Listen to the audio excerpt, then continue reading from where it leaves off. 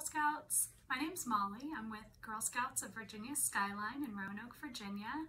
And today we are going to be going over the Ambassador Photographer Badge, step number 4, which is to focus on motion.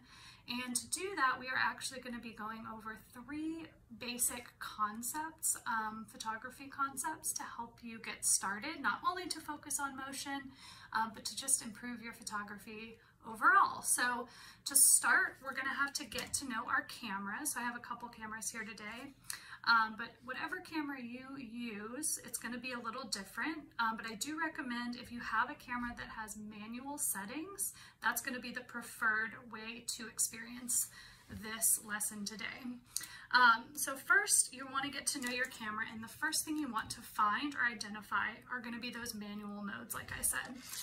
So I know on my camera, I've got right here, as you can see, hopefully it'll focus, I've got a handful of settings, but the ones I want to focus on are the M, A, S, and P.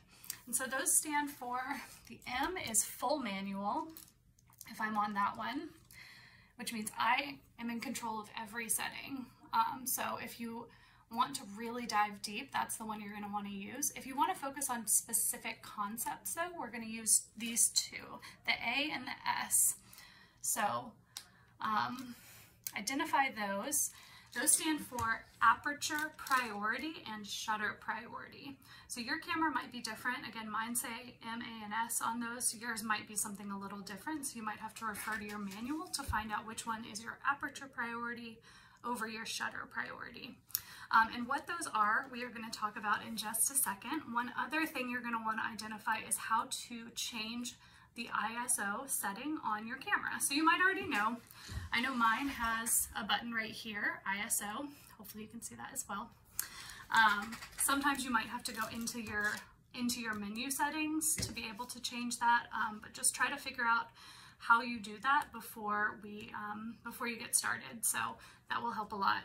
And so we're going to talk about what these concepts are, what ISO, aperture, and shutter are.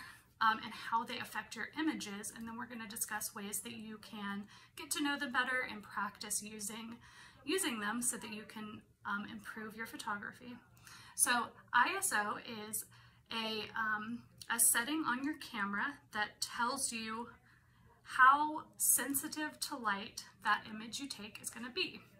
And so it's kind of it's a strange concept to understand, but I want you to imagine when you are outside on a super, super bright day, and then you walk inside. For that first couple seconds, you can't see anything, right? It's so dark because your eyes have to adjust to that amount of light.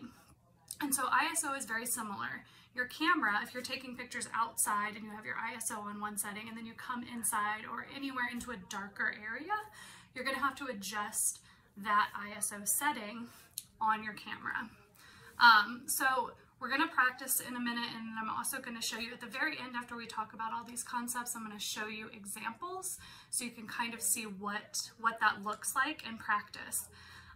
But one other thing about ISO is it does affect the quality of your image. So if you've ever seen, in particular with low light photos, like photos indoors, maybe at an event super late at night, you're going to see what's called noise, a digital noise, which is where it's like kind of grainy. It kind of looks like a film photo. That is something that happens when you have a really, really, really high ISO setting on your camera, because you're wanting the image to be very sensitive to light, and that does affect the quality of the image overall a little bit. So that's the first concept, is ISO. The next one we're going to talk about is your aperture setting. And aperture basically refers to how large the opening is of the lens while you're taking your image. So that is a little hard to just understand, but I'm going to demonstrate it. So I have my old film camera here, and I'm going to take the lens off to show you. And so I'm going to get up close. So you can kind of see inside, that is the hole through which the image is taken in your lens. And so this is an older lens. I'm actually able to change my aperture manually. You may or may not be able to do that. A lot of new lenses don't let you do it manually, but I'm going to let you see what that looks like. As I change my aperture, and I'll try to make sure there's nothing in the way so you can see it, you'll see that that hole gets bigger and bigger and bigger, right? So that is what is referred to as aperture. And you can kind of hear it clicking into place every time I move it. Those are different numbered settings. So all the way open, like that, really wide, that's at 1.8 is the aperture, all the way down to the teeny hole at 22. And so that might not make a lot of sense just yet. We are going to play around with aperture as well, and again, I'll show you some examples. But what that does is it lets not only a certain amount of light in on your image, kind of like with the ISO, you know, you're going to have more light the wider it is open, but it also affects your depth of field. So the larger your ISO, the shallower your depth of field is. And what that means is kind of how much of an image can be in focus. So in any image, you're going to have maybe your subject, your foreground, your background. So in this case, right up here in the front, as in this video, this is in the foreground, right? This is closest to you. I'm the subject, I'm kind of in the middle, and then the wall behind me would be the background.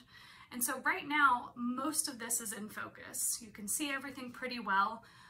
That would be a maximum depth of field, where the vast majority of what's in your overall image is in focus. If, for example, I was in focus perfectly, but everything around me, the front and the back, was all blurry or out of focus, that would be a shallow depth of field. You're probably familiar with that if your camera has portrait mode. It's a technique that kind of does the same thing that your camera does with the aperture.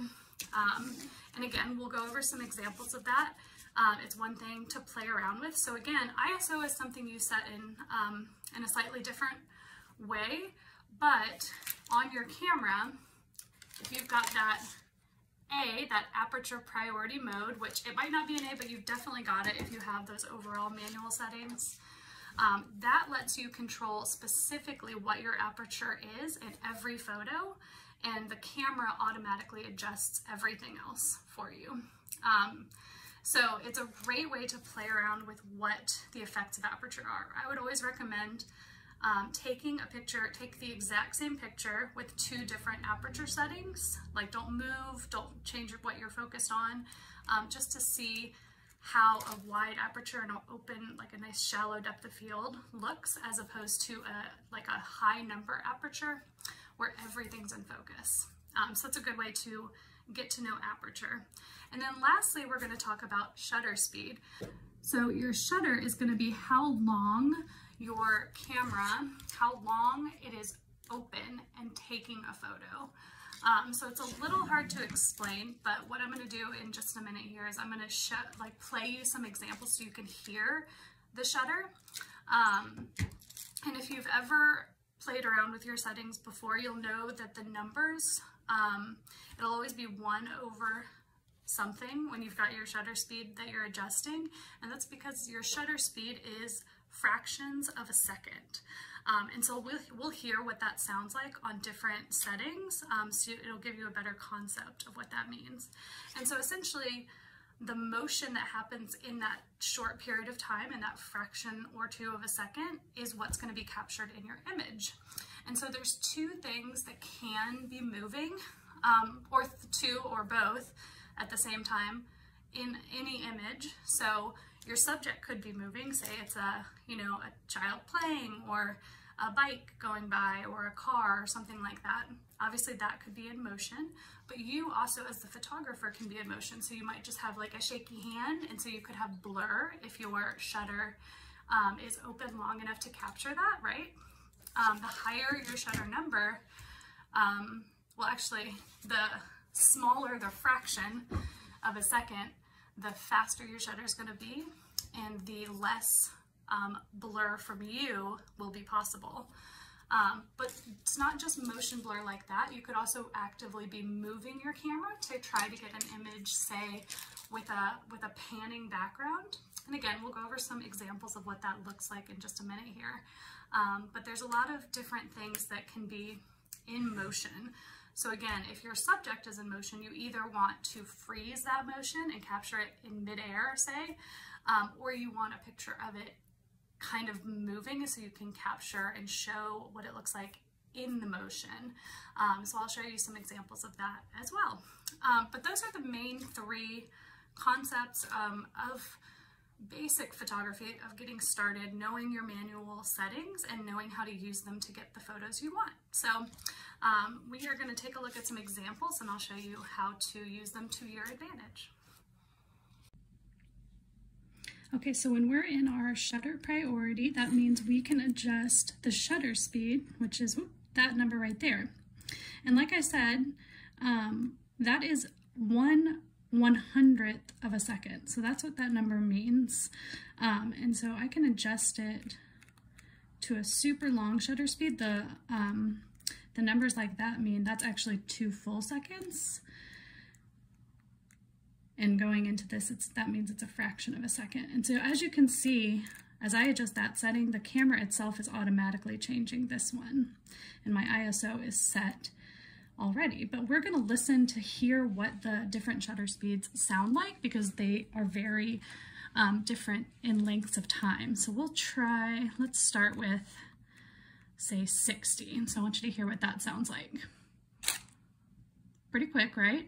Not a super long shutter. And now I'm gonna make it really, really fast and hopefully you can tell the difference. It's a little hard. The shutter moves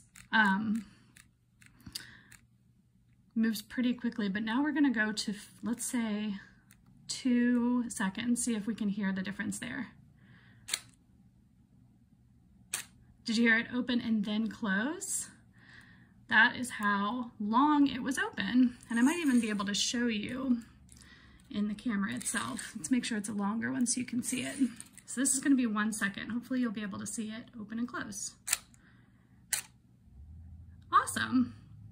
So that is shutter speed. And again, we'll look at some examples of what the photos look like that we take at different shutter speeds and how you can use that to capture motion. Okay, so we are going to wrap up by going over some examples to further understand what these concepts mean and how the photos can be affected through using them. So we are going to start with ISO. So like we said, ISO refers to how sensitive your camera is to the light around it when you're taking a given image. And the lower value of an ISO means you have lots of available light. That's when you want to use a low value ISO. When you don't have a lot of surrounding light, you want to use a higher ISO. And this can also affect image quality at higher values. So we're going to take a look at some examples. So in this first set of photos, we have an ISO value starting at 100, and it's a pretty dark photo. You know, it's obviously sunrise or sunset, so there's not a ton of ambient light around. Every other setting stays the same, but the ISO is increased to 200, and you can tell it gets a little bit lighter, right? And then up at 400, even brighter, and then 800, even brighter. So the higher the value, the more sensitive to the little bit of light that there is, the image is going to be. So that's a really great example of how that works. We're going to take a look at another photo, very similar. So even going all the way up to a high value like 1600, it's a really high ISO, and you can tell how different the images are, how much it affects the lighting. And then this last photo is going to show us how the clarity of your image can be affected by your ISO value. So obviously a low value ISO of 100 over here, you've got a very clean photo is what they're calling it. And then up to 3200 ISO over here, it gives you a lot of noise, which is that graininess that you're seeing on this side on the right image. So there are pros and cons to using different settings, and really it's not recommended to use a super high ISO value if you can get the image without it.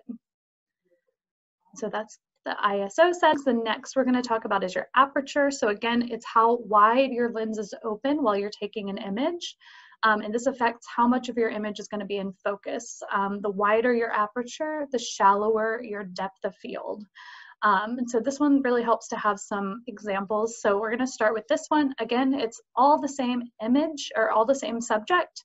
The lower the number, remember, the wider the lens opening and the more shallow your depth of field. So you've got your subject, obviously you've got the background and even the foreground right here.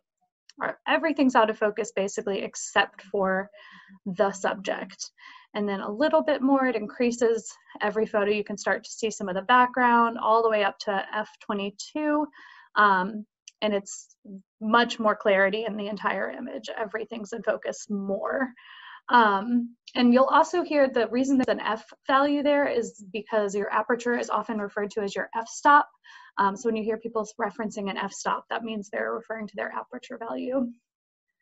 So we'll take a look at another one. I love this one because it's got the, you know, the sketch of how wide their lens opening is.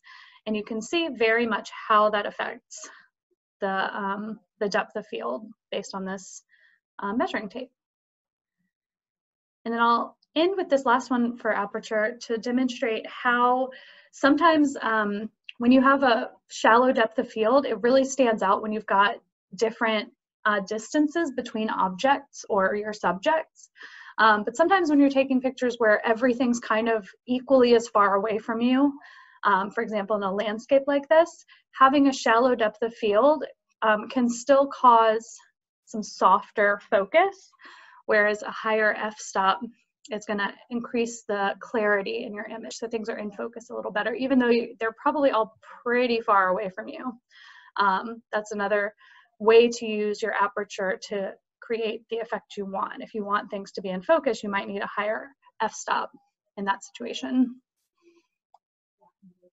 All right, and we're going to end talking about shutter speed. So again, focusing on motion, shutter speed is going to be the main thing you want to focus on when you are trying to affect the motion in your photo.